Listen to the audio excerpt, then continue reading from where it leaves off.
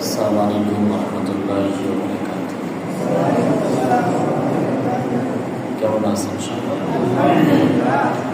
نحمده ونستعينه ونستغفره ونؤمن به ونتوكل عليه ونعوذ بالله من شرور أنفسنا ومن سيئات أعمالنا. من يهده الله فلا مضل له ومن يضلله فلا هادي له. ونشهد أن لا إله إلا الله وحده لا شريك له. ونشهد أن سيدنا وحبيبنا ومولانا محمدا عبده ورسوله الذي أرسله بالحق بشيرا ونذيرا وداعيا إلى الله بإذنه وسراجا منيرا. فقد قال الله تعالى في كلامه المجيد وفرقانه الحميد: أعوذ بالله من الشيطان الرجيم. بسم الله الرحمن الرحيم. لقد من الله على المؤمنين إذ بعث فيهم رسولا من أنفسهم وقال في شأن حبيبه أميرا ومخبرا: إن الله وملائكته يصلون على النبي يا أيها الذين آمنوا صلوا عليه وسلموا تسليما. اللهم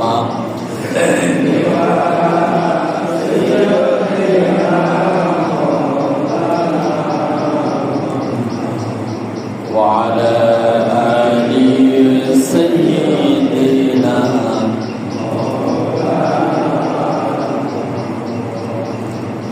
الحمد لله رب العالمين والصلاة والسلام على رسوله الكريم. সকল প্রশংসা আছে আল্লাহ সুবহানাহু ওয়া তাআলার দরবারে, যে আল্লাহ তাআলা আজকের এই ইয়াউমুল জুমআত উপস্থিত হওয়ার তৌফিক দান করেছেন। এই জন্য সে আল্লাহ পাকের দরবারে লাখ কোটি শুকরিয়া আদায় করছি। সকলের জবান ছেড়ে দিয়ে বলছি আলহামদুলিল্লাহ। দরুদ ও তাসলিম পাঠায় বিশ্ব মানবতার মুক্তির দিশারি সাইয়্যিদুল মুরসালিন খাতামুন নবিয়্যিন, সর্বযুগের সর্বশ্রেষ্ঠ মহামানব বিশ্ব নবী জনাবে মুহাম্মদ রাসূলুল্লাহ সকলে বলে সাল্লাল্লাহু আলাইহি ওয়াসাল্লাম।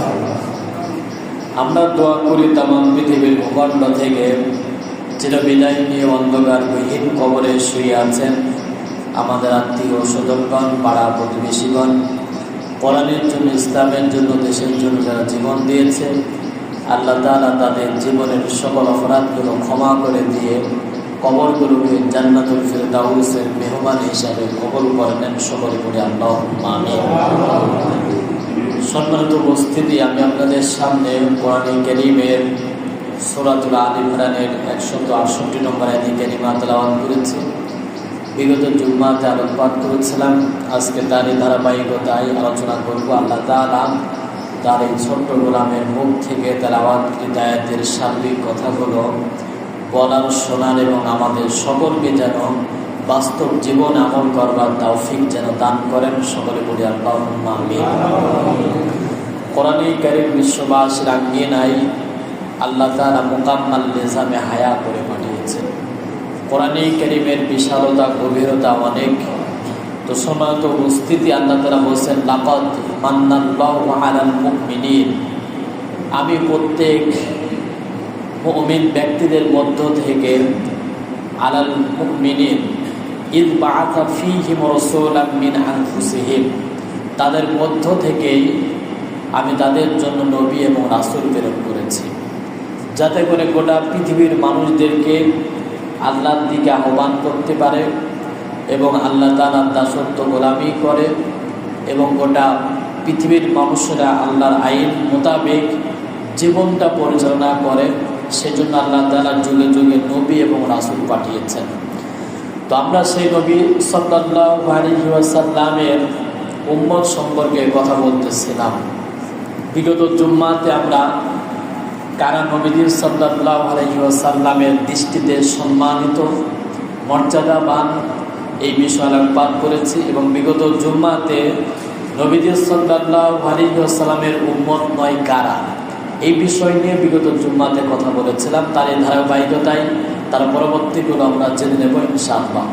তো নবীজি সাল্লাল্লাহু আলাইহি ওয়াসাল্লাম এর গুরুত্ব অনেক বেশি।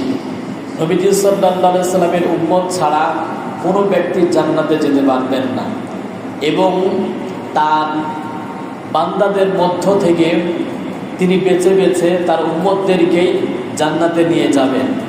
তো হযরত আয়েশা সিদ্দিকা রাদিয়াল্লাহু তাআলা আনহা থেকে বর্ণিত, তিনি নবীজি সাল্লাল্লাহু আলাইহি ওয়াসাল্লামকে প্রশ্ন করেছিলেন, হে আল্লাহর রাসূল, কিয়ামতের ময়দানে তো অসংখ্য নবী এবং রাসূল থাকবেন এবং তাদের উম্মতেরা থাকবে, আপনার উম্মতদেরকে আপনি কিভাবে চিনবেন?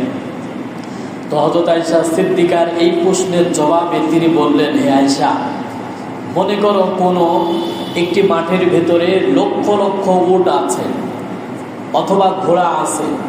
এই একটি উটের চিহ্ন, কপালের চিহ্ন যদি সাদা থাকে, তাহলে ওই লক্ষ লক্ষ উটের ভিতর থেকে কি ওই একটি উটকে চেনা যাবে কি? হযরত আয়েশা সিদ্দিকা বলেন যে হ্যাঁ, অবশ্যই চেনা যাবে। তো নবীজি সাল্লাল্লাহু আলাইহি ওয়াসাল্লাম বললেন, আমার উম্মতদের মধ্যে থেকে, হাজার হাজার উম্মতদের মধ্য থেকে আমার উম্মতদেরকে আমি এইভাবে চিনব যে আমার উম্মতদের চেহারার ভিতরে আল্লাহ তাআলা উজ্জ্বলতা দিবেন, তাদের সৌন্দর্যতা দিবেন। তারা যে ওযু করেছে, ওযু পানি দিয়ে যে ওযু করেছে, শরীরের যত অঙ্গ প্রত্যঙ্গে ওযুর পানিগুলো লেগেছিল, সেই সকল জায়গাগুলো সেদিন কিয়ামতের ময়দানে চাকচিক্যময় হয়ে যাবে। আর এই চাকচিক্যময় দেখে দেখেই আমি আমার উম্মতদের মধ্য থেকে আমি তাদেরকে চিনে নেব যে এগুলো হচ্ছে আমার উম্মত।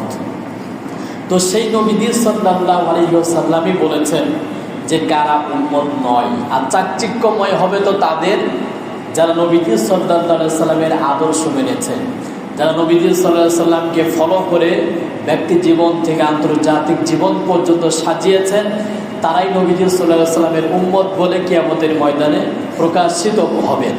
তো সেই নবীজি সাল্লাল্লাহু আলাইহি ওয়াসাল্লাম অস্বীকার করবেন যে এগুলো আমার উম্মত নয়। তো সেই বৈশিষ্ট্যগুলো কি কি? বিগত জুম্মাতে আমি 6 থেকে 7টা বলেছিলাম যে এই সকল ব্যক্তিরা নবীজি সাল্লাল্লাহু আলাইহি ওয়াসাল্লামের উম্মত নয়, অথচ আমরা সবাই কিন্তু সেই নবীজি সাল্লাল্লাহু আলাইহি ওয়াসাল্লামের উম্মত বলে দাবি করি। আমরা তার পরবর্তীগুলো জেনে নেব। 1 নাম্বার বলেছিলাম যে নবীজি সাল্লাল্লাহু আলাইহি ওয়াসাল্লামের উম্মত তারা নয় যারা মুহাম্মদ সাল্লাল্লাহু আলাইহি ওয়াসাল্লামের সুন্নাত থেকে বিমুখ। 2 নম্বর বলেছিলাম যারা বড়দেরকে সম্মান করে না। 3 নম্বর হচ্ছে যারা ছোটদেরকে স্নেহ করে না। 4 নম্বর যে আলেমদেরকে হক জানার পরেও তাদেরকে হক মনে করে না, তারা নবীজি সাল্লাল্লাহু আলাইহি ওয়াসাল্লামের উম্মত নয়। 5 নম্বর হচ্ছে যে ব্যক্তি বিভিন্নর মাধ্যমে ভাগ্যের ভালো মন্দ যাচাই করে বেড়ায়, তারা নবীজি সাল্লাল্লাহু আলাইহি ওয়াসাল্লামের উম্মত নয়। 6 নম্বর হচ্ছে যে ব্যক্তি জাদু করে, সে নবীজি সাল্লাল্লাহু আলাইহি ওয়াসাল্লামের উম্মত নয়। 7 নম্বর হচ্ছে যে ব্যক্তি অমুসলিমদের সাথে সাদৃশ্য রাখে, সেই ব্যক্তি নবীজি সাল্লাল্লাহু আলাইহি ওয়াসাল্লামের উম্মত নয়। তো নবীজি সাল্লাল্লাহু আলাইহি ওয়াসাল্লামের এই 7টি বিষয়ে বলেছিলাম বিগত জুম্মায়। এখনো আছে যে কারা নবীজি সাল্লাল্লাহু আলাইহি ওয়াসাল্লামের উম্মত নয়। 7 নম্বর হচ্ছে যে ব্যক্তি অমুসলিমদের সাদৃশ্যের সাথে সাদৃশ্য মিলায়। এই বিষয় নিয়ে বিগত জুম্মাতে আমরা কিছুটা আলোকপাত করেছিলাম যে অমুসলিমদের সাথে আমাদের কোনো সাদৃশ্য থাকবে না। সেটা খাওয়া দাওয়া হতে পারে, সেটা হতে পারে রাজনীতি, সেটা হতে পারে অর্থনীতি, সেটা হতে পারে শিক্ষা ব্যবস্থা, সেটা হতে পারে আমার পরিবার, হতে পারে আমাদের ইবাদত বন্দেগী, সেগুলো তাদের সাদৃশ্য মোতাবেক হবে না। ৮ নাম্বার হচ্ছে বিশ্বনবী সাল্লাল্লাহু আলাইহি ওয়াসাল্লাম বলেছেন, লাইসা মিন্না মান তাশাব্বাহা বির-রাজুলি মিনান নিসা ওয়ালা মান তাশাব্বাহা বিন-নিসাই মিন-রাজুল। মুসনাদ আহমেদের 6580 নম্বর হাদিস। নবী সাল্লাল্লাহু আলাইহি সাল্লাম বলছেন, যেই নারী পুরুষের সাথে এবং যেই পুরুষ নারীর সাথে সাদৃশ্য অবলম্বন করে সে ব্যক্তি হচ্ছে নবী সাল্লাল্লাহু আলাইহি সাল্লামের উম্মত নয়। ভালো করে লক্ষ্য করেন। ৮ নম্বর হচ্ছে যেই নারী পুরুষের ভান ধরে, আবার যেই নারী পুরুষের ভান ধরে, আবার যেই পুরুষ নারীর ভান ধরে, এগুলো হচ্ছে নবী সাল্লাল্লাহু আলাইহি সাল্লামের উম্মত নয়। এবার আসেন আমাদের জীবনের সাথে মিলায়। অনেকে আছে নারীর পোশাক পুরুষে পরিধান করে, আবার পুরুষের পোশাক নারীরা পরিধান করে। এরকম কিন্তু অনেকেই আজকে আমরা ইউটিউব, ফেসবুক, গুগল এগুলোতে আমরা দেখতে পাই যে যেই পোশাকটা ছিল নারীর সেই পোশাকটা হয়েছে পুরুষের, আবার যেই পোশাকটা দরকার ছিল পুরুষের সেটা হয়েছে আবার নারীর। বিভিন্ন পোশাকের রং চং দিয়ে নারীরা পুরুষের পোশাক পরিধান করে, আবার অনেকে পুরুষ আছে যারা নারীর পোশাক পরিধান করে। নারী এবং পুরুষের আকৃতি কখনোই গ্রহণ করা যাবে না। যদি নারী পুরুষের সাদৃশ্য গ্রহণ করে আর পুরুষ যদি নারীর সাদৃশ্য গ্রহণ করে, ওই ব্যক্তি কখনোই আল্লাহ তাআলা নবী সাল্লাল্লাহু আলাইহি সাল্লামের উম্মত হতে পারে না। এবার আসলে আমি দেখিয়ে দিই, নবীজি সাল্লাল্লাহু আলাইহি সাল্লাম এবং আল্লাহ তাআলা নারী এবং পুরুষদেরকে পর্দার বিধান দিয়েছেন। নারী এবং পুরুষের পর্দার বিধান আল্লাহ তাআলা নিজে দিয়েছেন। নারীর পর্দার বিধান হচ্ছে তার মাথার চুল থেকে পায়ের নখ পর্যন্ত বর্তমান জামানায় শরীরের প্রত্যেকটা অঙ্গ প্রত্যঙ্গ তাকে ঢেকে রাখতে হবে। আর একজন পুরুষের ফরজ হচ্ছে নাভির উপর থেকে হাঁটুর নিচ পর্যন্ত একজন পুরুষের সতর। এটা আল্লাহ তাআলা আদেশ করে দিয়েছেন, এর বাইরে যাবার কোনো সুযোগ নাই। এবং একজন নারী এবং পুরুষের পোশাকটা কেমনটা হবে বিশ্বনবী সাল্লাল্লাহু আলাইহি সাল্লাম দেখিয়ে দিয়েছেন। এবার আসেন হাদিসের ভিতরে, অন্য হাদিসের ভিতরে বর্ণনা করছেন, মা আসফালা মিনাল কাবাইনি মিনাল ইজহারি ফিন্নার। কোনো নারী এবং কোনো পুরুষের যদি লুঙ্গি অথবা পায়জামা অথবা প্যান্ট টাকনুর নিচে যদি অবস্থান করে, ওই স্থানটুকুনি জাহান্নামে যাবে। এটা নবী সাল্লাল্লাহু আলাইহি সাল্লামের হাদিস। কোনো পুরুষের যদি পায়জামা, লুঙ্গি অথবা প্যান্ট টাকনুর নিচে যদি অতিবাহিত হয়ে যায়, ওই স্থানটুকুনি কোথায় যাবে বলুন তো? জাহান্নামে যাবে। এখন আপনি যদি যুবকদের প্যান্টগুলো দেখেন, যুবকদের পায়জামাগুলো যদি দেখেন, দেখবেন যে অধিকাংশ যুবকদের প্যান্ট টাকনুর উপরে আছে না নিচে আছে বলুন তো? তাহলে ওই স্থানটুকু কিন্তু জাহান্নামে যাবে, ওই স্থানটুকু জাহান্নামে যাবে। এবার আসেন পক্ষান্তরে আল্লাহ তাআলা পুরুষকে বলেছেন যে পুরুষের পোশাক হবে টাকনুর উপরে। পুরুষের পোশাক হবে কিসের উপরে বলুন তো? টাকনুর উপরে। আর আল্লাহ তাআলা নারীদেরকে পক্ষান্তরে বলেছেন যে তাদের পায়ের গোয়ালি পর্যন্ত, নিচ পর্যন্ত তাদেরকে ঢেকে রাখতে হবে। এখন টোটাল উল্টা হয়ে গেছে। নারীরা হচ্ছে টাকনুর উপরে তাদের পায়জামা পরে, আর পুরুষেরা হচ্ছে টাকনুর নিচে পায়জামা পরে। তাহলে দুইটা বিপরীত মুখী আছে না নাই? তাহলে যেটা নারীর হওয়ার কথা ছিল সেটা পুরুষেরা করে, আর যেটা পুরুষেরা হওয়ার কথা ছিল সেটা নারীর কথা ছিল, সেটা নারীর হয়েছে। তাহলে দুইটার যেহেতু সাদৃশ্যবান দ্বিমুখ হয়ে গেছে, এরা নবীজি সাল্লাল্লাহু আলাইহি সাল্লামের উম্মত নয়। তাই সেই নারীকে তার টাকনো ঢেকে রাখতে হবে, আবার ওই পুরুষটাকে টাকনোর উপরে পরিধান করতে হবে। তাহলে নারীরা পুরুষের বেশ ধারণ করতে পারবে না এবং পুরুষেরা নারীর বেশ ধারণ করতে পারবে না। এবার আমি আর একটা আপনাদেরকে প্রশ্ন করতে চাই, নারীর দাড়ি আছে নাকি বলুন তো? আল্লাহ তাআলা নারীদেরকে দাড়ির পারমিশনটা, দাড়ির আকৃতিটা আল্লাহ তাআলা নারীদেরকে দেয় না। এটা হচ্ছে নারীর সৌন্দর্য। কোনো নারীর যদি দাড়ি থাকতো তাহলে কি কোনো স্ত্রী ভালো লাগতো কি বলুন তো? কোনো পুরুষের ভালো লাগতো না, কারণ তার সৌন্দর্য, তার যৌবন সব কিছু আল্লাহ তাআলা একজন নারীর যেমনটা হওয়া দরকার তেমনটাই আল্লাহ তাআলা দিয়েছেন। এই জন্য নারীর দাড়ি আল্লাহ তাআলা দেয় নাই, নারীর গোপও আল্লাহ তাআলা দেয় নাই। কিন্তু এই পুরুষের আল্লাহ তাআলা দাড়ি এবং গোঁফ দিয়েছেন কিনা বলুন তো? তাহলে এখন নবীজি সাল্লাল্লাহু আলাইহি ওয়াসাল্লাম বলছেন, যেই নারী পুরুষের সাথে এবং যেই পুরুষ নারীর সাদৃশ্য অবলম্বন করে সেই ব্যক্তি কিন্তু নবীজি সাল্লাল্লাহু আলাইহি ওয়াসাল্লামের উম্মত নয়। কিন্তু নারীদেরকে আল্লাহ তাআলা দাড়ি দেয় নাই, তারা দাড়ি রাখে না বা তাদের হয়ও নাই, এটা হচ্ছে নারীর বৈশিষ্ট্য। এখন যদি কোনো পুরুষও যদি ওই নারীর বৈশিষ্ট্য ধারণ করে, সে নবীজি সাল্লাল্লাহু আলাইহি ওয়াসাল্লামের উম্মত হতে পারে কি? তাহলে এখানে কিন্তু যারা দাড়ি রাখেন নাই তারা কিন্তু ধরা খেয়ে গিয়েছেন। তারা কিন্তু নারীর বৈশিষ্ট্য অবলোকন আকৃতি এটা কিন্তু আপনারা নিজেরাই রেখেছেন। এই চেহারাটা আকৃতিটা আল্লাহ তাআলা দান করেছেন। ওই অবয়বটা আল্লাহ তাআলা পুরুষদেরকে দিয়েছেন যে পুরুষরা দাড়ি রাখবে। প্রত্যেকটা পয়গম্বর কে আল্লাহ তাআলা দাড়ি দিয়েছেন। আপনি এমন কোনো পয়গম্বর দেখাতে পারবেন না, এমন কোন নবী এবং রাসূল দেখাতে পারবেন না যে যাদের দাড়ি নাই। এরকম নবী এবং রাসূল দেখাতে পারা যাবে কি? এবং বর্তমানে যদি আপনি কোনো আলেম উলামা যদি দেখান যে তারা দাড়ি নাই, যে দাড়ি নাই তারা ইমামতি করতেছে, এরকম ইমাম বাংলাদেশে আপনি দেখাতে পারবেন কি? এইভাবে যদি আপনার প্রশ্ন করি, কোনো যে ব্যক্তির দাড়ি নাই তাকে যদি জিজ্ঞাসা করা হয় যে আপনার দাড়ি নাই, কোন ইমাম যদি জিজ্ঞাসা করে যে আপনার তো দাড়ি নাই, সে ব্যক্তি বলবে যে আমার দাড়ি নাই তো কি হয়েছে, ইমাম সাহেবের দাড়ি থাকতে হবে। যে ইমামের মনে করেন যে দাড়ি নাই, এখন সেই ইমামের পিছনে কি আমরা নামাজ আদায় করবো কি? আমরা কিন্তু কেউ নামাজ আদায় করবো, যে ইমামের তো দাড়ি তো নাই, কি এর নামাজ পড়া? নামাজ হবে না। যে ব্যক্তি দাড়ি নাই সেও পড়বে না, তার কারণ হচ্ছে ইমামের দাড়ি থাকতে হবে। এই দাড়িকে শুধু ইমামের জন্য দিয়েছেন না গোটা বিশ্বের মুসলিমদের জন্য আল্লাহ তাআলা দিয়েছেন? বলুন তো, সবার জন্য আল্লাহ তাআলা দিয়েছেন। তো এই যে অনেক পুরুষ কিন্তু আমরা নারীর আকৃতি ধারণ করেছি, আমাদেরকে দাড়ি রাখতে হবে। নবীজি সাল্লাল্লাহু আলাইহি ওয়াসাল্লাম এটা সুন্নাত। কোনো ব্যক্তি যদি ওই যে সুন্নাত থেকে যদি বিমুখ থাকে তাহলে কিন্তু সে নবীজি সাল্লাল্লাহু আলাইহি ওয়াসাল্লামের উম্মত নয়। এর জন্য যাদের দাড়ি নাই, দাড়ি রাখার দরকার আছে না নাই? একজন মানুষের ব্যক্তিত্বের, পুরুষের সৌন্দর্য তো হচ্ছে তার দাড়িতে। একজন দাড়িওয়ালা পুরুষের যে ব্যক্তিত্ব, যেই মর্যাদা, যে সম্মান, আর যে ব্যক্তির দাড়ি নাই ওই ব্যক্তির সম্মান কখনো একত্রিত হতে পারে না, একরকম হতে পারে না। তারপরে এই দাড়ি মুসলিম জাতির জন্য আল্লাহ তাআলা সৌন্দর্য দিয়েছেন।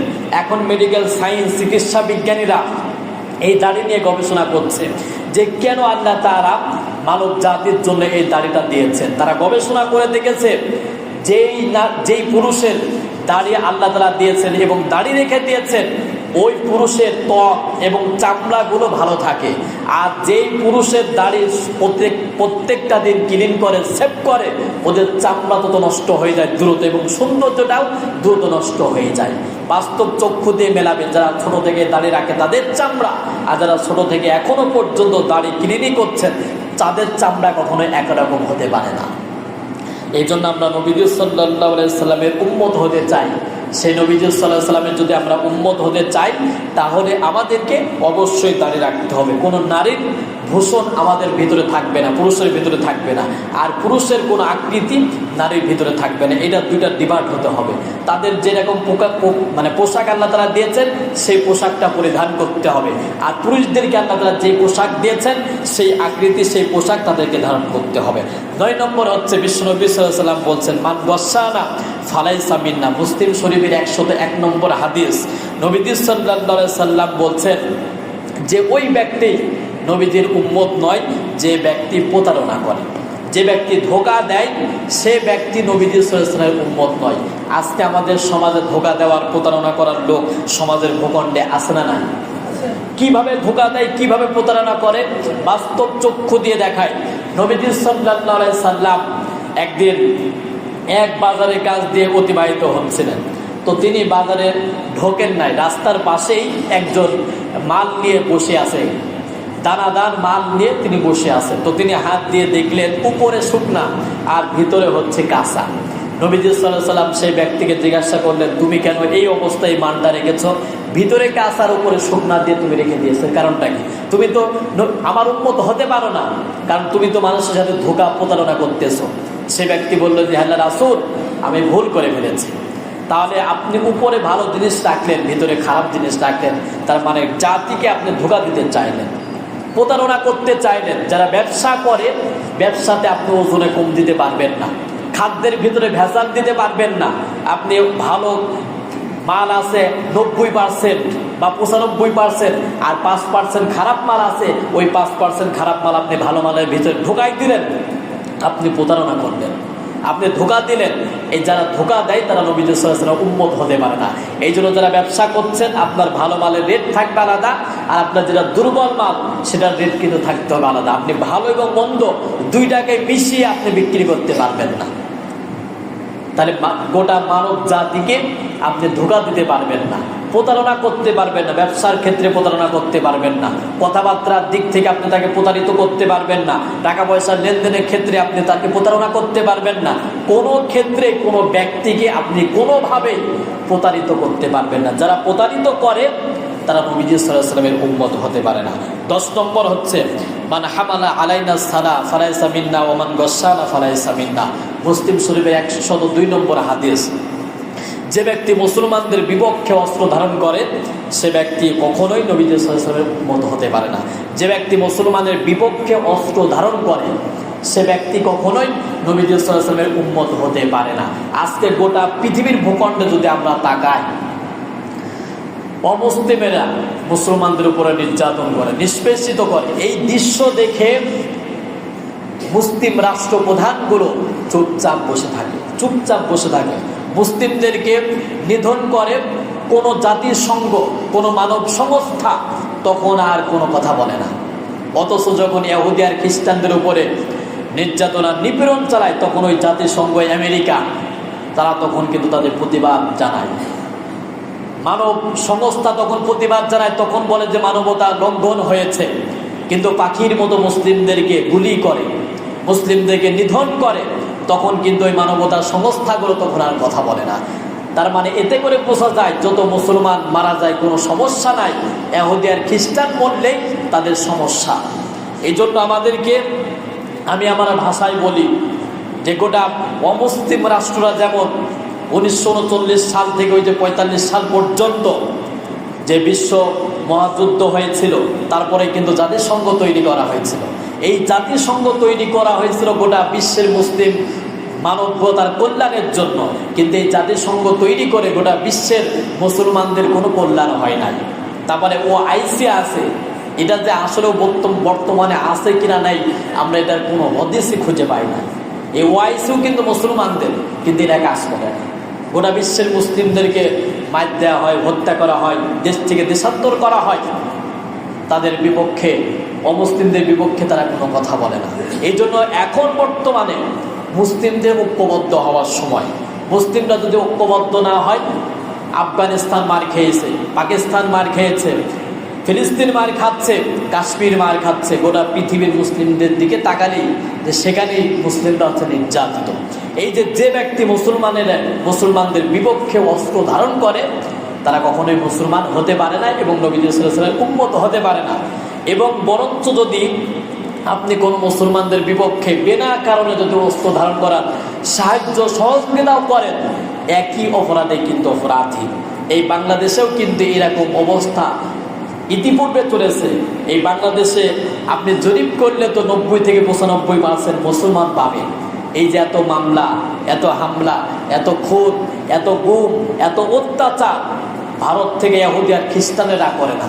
আমাদের মতো লেবাসধারী মুসলমানরাই কিন্তু আর একজন মুসলমানের বিরুদ্ধে মিথ্যা মামলা দেয়। এই যে অস্ত্রধারণ, অস্ত্র বলতে শুধুমাত্র আপনি সশস্ত্র ওই যে যুদ্ধস্থিত যে গুলি, বন্দুক, এগুলোই যে শুধুমাত্র অস্ত্র তাই নয়, এই কলমটাও কিন্তু একটা অস্ত্র ধরা যায়। কারণ এই কলমের মাধ্যমে আপনার জীবনকে পাল্টিয়ে দেওয়া যেতে পারে। যেমন মামলা দায়ের করেছেন কোর্টের ভূখণ্ডে, রায় হবে, এই রায়টা কিন্তু ফুলফিল করা লাগে কলমের কালি দিয়ে। যতক্ষণ পর্যন্ত কলমের সিগনেচার করবে না ততক্ষণ পর্যন্ত কিন্তু রায় 100% কবুল হয় না। শুধু জবান দিয়ে বললেই হয়ে যায় না, সিগনেচার ছাড়া কোনো প্রমাণ থাকে না। সিগনেচার করে দেয় এই কলমে, এটাও একটা অস্ত্র। এই অস্ত্রটাকে ব্যবহার করে অসংখ্য শিক্ষিত মানুষরা ঘুষ খায়, মানবতার উপরে জুলুম চালায়, অত্যাচার চালায়। তার সিগনেচার হলে একজন ব্যক্তির চাকরি হয়ে যাবে, কিন্তু ফাইল নড়েই না টাকা ছাড়া, ফাইল নড়েই না টাকা ছাড়া। আমি আমার ভাষায় বলি, এরা হচ্ছে সবচাইতে যারা কলমের খোসা দিয়ে সিগনেচারকে হাতিয়ার বানিয়ে মানুষের উপরে জুলুম চালায়, এরা হচ্ছে পৃথিবীতে সবচাইতে বেশি বড় সন্ত্রাসী। কারণ একজন ব্যক্তির বাড়িতে ডাকাতে হয়েছে, হয়তো ছুরি নিয়ে গিয়েছে, চাকু নিয়ে গিয়েছে, বন্দুক নিয়ে গিয়েছে, তার পিস্তল মাথার উপরে ধরেছে যে 10 লাখ 20 লাখ টাকা দাবি করে যে ততক্ষণ পর্যন্ত দিবা না, ততক্ষণ পর্যন্ত আমার কাছে বন্দি থাকতে হবে, এবং পরিবারকে হুমকি দেওয়া হয়। এরা যেমন সন্ত্রাসী, ঠিক তেমনি কলমের খোসায় দিয়ে যারা ফাইল আটকে রাখে মানবতার জন্য, তারা হচ্ছে ওর চাইতে বড় সন্ত্রাসী। আর এই গোটা পৃথিবীতে এখন সবচাইতে যদি জরিপ করে দেখা যায়, এই কলম সন্ত্রাসী আর মিডিয়া সন্ত্রাসী, ওই মানবতার উপরে যারা বন্দুক ঠেকিয়ে অস্ত্র ধারণ করে যেভাবে সন্ত্রাসী কর্মকাণ্ড করে, এখন ওইগুলো কমে গিয়েছে। এইগুলোই হচ্ছে কলম সন্ত্রাসী, আর নেটওয়ার্ক এই ইন্টারনেট সন্ত্রাসী সবচাইতে গোটা বাংলাদেশে এখন বেশি। তো এই জন্য যে ব্যক্তি মুসলমানদের বিপক্ষে অস্ত্র ধারণ করবে, তারা কখনোই মুহাম্মদ সাল্লাল্লাহু আলাইহি ওয়াসাল্লামের উম্মত হতে পারে না।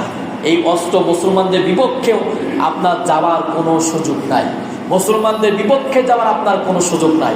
আপনি মুসলমান হয়ে আরেকজন মুসলমানের বিরুদ্ধে কথা বলতেছেন, আরেকজন মুসলমানদের বিরুদ্ধে আপনি সাক্ষী দিচ্ছেন, আরেকজন মুসলমানের বিরুদ্ধে আপনি মিথ্যা মামলা দিচ্ছেন, তাহলে আপনি বুঝে নেবেন যে নবীজি সাল্লাল্লাহু আলাইহি ওয়াসাল্লামের উম্মত আপনি এখন হতে পারেন নাই। 11 নম্বর, বিশ্বনবী সাল্লাল্লাহু আলাইহি সাল্লাম বলছেন, লাইসা মিন্না মান হালাকা ওয়া মান সালাকা ওয়া মান খরফ। আবু দাউদের 3130 নম্বর হাদিস। মৃত্যু শোকে প্রকাশে যে মহিলা বিলাপ করে কাঁদে, কোনো ব্যক্তি মারা গেছে, নারীরা এই যে প্রচণ্ডভাবে বিলাপ করে কাঁদে, নবীজি সাল্লাল্লাহু আলাইহি সাল্লাম বলছেন এইভাবে কান্নাকাটি করা যাবে না, এটা আমার আদর্শ নয়। তবে কোনো ব্যক্তি যদি মারা যায়, তাদের কষ্ট হয়, দুঃখ হয়, এটাই স্বাভাবিক, কারণ একসাথে ছিল, এখন আর নাই, এটাই কষ্ট হবে, এটাই স্বাভাবিক ব্যাপার। কিন্তু নবীজি সাল্লাল্লাহু আলাইহি সাল্লাম বলেছেন বিলাপ করে, কন্দন করে, মাটি আংড়িয়ে যেইভাবে কান্নাকাটি করার দরকার সেইভাবে কান্নাকাটি করে, এইভাবে কাঁদতে নবীজি সাল্লাল্লাহু আলাইহি সাল্লাম নিষেধ করেছেন। পুরুষেরা এইভাবে কান্নাকাটি কম করে, কিন্তু নারীরা সবচাইতে বেশি কান্নাকাটি করে। এই জন্য হাদিসটা নবীজি সাল্লাল্লাহু আলাইহি সাল্লাম অন্য হাদিসের ব্যাপারেই বলেছেন এই বিষয়ে, যে তোমরা হে নারীরা এইভাবে তোমরা বিলাপ করে প্রচণ্ডভাবে নিজেকে, নিজের অস্তিত্ব বজায় না রেখে কান্নাকাটি করা তোমরা বন্ধ করে দাও। 12 নম্বর হচ্ছে নবীজি সাল্লাল্লাহু আলাইহি সাল্লাম বলছেন, লাইসা মিন্না মান লাম ইয়াখুযু শারিয়াতান ফালাইসা মিন্না। তিরমিজি শরীফের 2658 নম্বর হাদিস, যে ব্যক্তি মোষ কাটে না সে নবীজি সাল্লাল্লাহু আলাইহি সাল্লামের উম্মত নয়। 12 নম্বর হচ্ছে নবীজি সাল্লাল্লাহু আলাইহি সাল্লাম বলছেন, যে ব্যক্তি মোষ কাটে না সে ব্যক্তি নবীজি সাল্লাল্লাহু আলাইহি সাল্লামের উম্মত নয়। এই দেশে অসংখ্য পীর পাওয়া যায়, অসংখ্য বাবা পাওয়া যায়, তাদের দরবারে গেলে দাড়ি খুঁজে পাওয়া যায় না, কিন্তু মোষ আছে না নাই? নবীজি সাল্লাল্লাহু আলাইহি সাল্লাম বলেছেন যে তোমরা মোষটাকে কেটে ছোট করো আর দাড়িটাকে লম্বা করো। দাড়িটা লম্বা করতে বলেছেন, দাড়ি রাখতে বলেছেন, আর মোষটাকে ছোট করতে বলেছেন। নবীজি সাল্লাল্লাহু আলাইহি সাল্লাম বলছেন যে ব্যক্তি মোষ কাটে না সে নবীজি সাল্লাল্লাহু আলাইহি সাল্লামের উম্মত নয়। একজন ব্যক্তি মোষ হচ্ছে খুব লম্বা, এখন সে ব্যক্তি খাবে হচ্ছে মদ। এই মদ খাওয়ার জন্য ফতোয়া দিতে গিয়েছে যে, আর এমনি হাদিসের ভিতরে আছে যদি কোনো পানীয় জাতীয় খাবার খেতে গিয়ে যদি মোষে বাঁধে, এটা হচ্ছে মাকরু। এটা কি? মোষে যদি কোনো পানি জাতীয় কোনো কিছু বেঁধে যায় সেটা হচ্ছে মাকরু। তো ওই ব্যক্তি ফতোয়া নিতে গিয়েছে যে মদ খাবে, এখন এই মোষে যদি ঠেকে তাহলে কি কোনো কিছু হবে নাকি? খাচ্ছেটা কি বলুন তো? হারাম। খাচ্ছেটা কি? মদ হচ্ছে হারাম, আর ফতোয়া নিতে গিয়েছে মাকরু থেকে বাঁচানোর জন্য। অসংখ্য মানুষ এইরকম আছে, ফরজ নাই, মোষ রাখা সুন্নাত বা ছোট করা সুন্নাত, মোষ দাড়ি রাখে নাই, মোষ লম্বা করে রেখে দিয়েছে, মোষ লম্বা করে রেখে দিয়েছে। বিভিন্ন দরবারে গেলে অনেক ক্ষেত্রে দেখা যায় মোষ আর দাড়ির ঠেলায় মুখ খুঁজে পাওয়া যায় না। তো মোষগুলো হচ্ছে ছোট করে রাখতে হবে। আমার দেশে তো দেখা যায় যে নেতার দাড়ি নাই, কিচ্ছু নাই, কোনো কিছু নাই, মোষ আছে, মোষের ভিতরে উকুন হয় তাও খুঁজে পায় না, এত বড় বড় লম্বা লম্বা করে মোষ রাখিয়ে দিয়েছে। এটা নাকি নেতাদের বৈশিষ্ট্য মোষ রাখা। তো এটা নবীজি সাল্লাল্লাহু আলাইহি ওয়াসাল্লামের আদর্শ নয়, এই জন্য মোষগুলো ছোট করে রাখবেন। এটা হচ্ছে নবীজি সাল্লাল্লাহু আলাইহি ওয়াসাল্লামের সুন্নত। মোষটাকে যারা ছোট করে রাখে না তারা নবীজি সাল্লাল্লাহু আলাইহি ওয়াসাল্লামের উম্মত নয়। মোচটাকে ছোট রাখতে হবে, লম্বা করে রাখা যাবে না। নবী সাল্লাল্লাহু আলাইহি ওয়াসাল্লাম যেভাবে রাখতে বলেছেন আপনাকে সেইভাবে রাখতে হবে, এটা হচ্ছে সুন্নাত। 13 নম্বর হচ্ছে লাইসা মিন্না খাব্বাত ইমরাতু আলা যাওজিহা আন আবদান আলা সাইয়্যিদিহি। আবু হুরায়রা রাদিয়াল্লাহু তাআলা আনহু থেকে বর্ণিত, আবু দাউদের 2175 নম্বর হাদিস। নবী সাল্লাল্লাহু আলাইহি ওয়াসাল্লাম বলছেন, যে ব্যক্তি কোনো স্ত্রীকে তার স্বামীর বিরুদ্ধে প্ররোচিত করে, যে ব্যক্তি কোনো স্ত্রীকে তার স্বামীর বিরুদ্ধে প্ররোচিত করে, সে ব্যক্তি নবী সাল্লাল্লাহু আলাইহি ওয়াসাল্লামের উম্মত নয়। অনেক ক্ষেত্রে দেখা যায় যে স্ত্রীকে স্বামীর ব্যাপারে বলা হয় যে তোমার স্বামী এই খারাপ কাজগুলো করে, অথচ সেই স্ত্রী দেখে নাই বা সে বিশ্বাসও করে নাই, কিন্তু ওই স্ত্রীকে প্রচলিত করে যে তোমার স্বামী এই খারাপ কাজগুলো করে, যাতে করে স্বামী এবং স্ত্রীর ভিতরে ফাটল ধরানো যায়। যে ব্যক্তি এই কাজগুলো করে সে নবী সাল্লাল্লাহু আলাইহি ওয়াসাল্লামের উম্মত নয়। পক্ষান্তরে কোনো স্বামীকে যদি কোনো স্ত্রীর ব্যাপারে, কোনো স্বামীকে যদি কোনো ব্যক্তি প্রচলিত করে যে তোমার স্ত্রী অমুক জনের সাথে দেখলাম, তোমার স্ত্রী এই এই খারাপ কাজগুলো করে, সংসার ফাটাল ধরানোর জন্য যদি কোনো পুরুষ আবার কোনো পুরুষকে যদি এই স্ত্রীর বিরুদ্ধে প্ররোচিত করে স্বামীর কাছে, ওই ব্যক্তিও নবী সাল্লাল্লাহু আলাইহি ওয়াসাল্লামের উম্মত নয়। 14 নম্বর মান ইনতাহাবাত নুহমাতান মাশহুরাতুন ফালাইসা মিন্না। আবু দাউদের 4344 নম্বর হাদিস, জাবের ইবনে আব্দুল্লাহ রাদিয়াল্লাহু তাআলা আনহু থেকে বর্ণিত। নবী সাল্লাল্লাহু আলাইহি ওয়াসাল্লাম বলছেন, যে ব্যক্তি ছিনতাই করে, চুরি করে, সে ব্যক্তি হচ্ছে নবী সাল্লাল্লাহু আলাইহি ওয়াসাল্লামের উম্মত নয়। যে ব্যক্তি ছিনতাই করে, চুরি করে, সে ব্যক্তি নবী সাল্লাল্লাহু আলাইহি ওয়াসাল্লামের উম্মত নয়। আজকে আমাদের কাছ থেকে আমাদের ঈমানটাকে অনেকে ছিন্ন করে নেয়, ছিনতাই করে নেয়, আমাদের ধন সম্পদগুলো ছিনতাই করে নেয়, আমাদের ঈমান, আখলাক, চরিত্র, আমাদের অধিকার, এগুলো কিন্তু অনেকে কিন্তু ছিনতাই করে নিয়েছে। আবার ছিনতাই করার জন্য প্রস্তুতি আছে। ছিনতাই বলতে শুধুমাত্র আপনার টাকা পয়সা ছিনতাই করে নেবে তাই নয়। ছিনতাই বলতে আপনার ক্ষমতা ছিনতাই করে নিতে পারে, আপনার ধন সম্পদ ছিনতাই করে নিতে পারে, আপনার বাড়ির টাকা পয়সা লুণ্ঠন করে নিতে পারে, ব্যাংক ব্যালেন্স থেকে ছিনতাই করে নিতে পারে, আপনার কৃষি ফসলগুলো ছিনতাই করে নিতে পারে। এই ছিনতাই এক কথায় যত কিছু আছে, আপনার মান সম্মান, ইজ্জত, এগুলো ছিনতাই করে নেয় যারা, তারা নবী সাল্লাল্লাহু আলাইহি ওয়াসাল্লামের ভাষ্য অনুযায়ী তারা হচ্ছে নবীর উম্মত নয়। 15 নম্বর হচ্ছে লাইসা মিন্না মান লাম ইয়াতাগাররাকা বিল কোরআন। বুখারী শরীফের 7019 নম্বর হাদিস। নবী সাল্লাল্লাহু আলাইহি ওয়াসাল্লাম বলছেন, যে ব্যক্তি সুন্দর করে, সুন্দর সুরে কোরআনুল কারীম তেলাওয়াত করে না, সে ব্যক্তি নবী সাল্লাল্লাহু আলাইহি ওয়াসাল্লামের উম্মত নয়।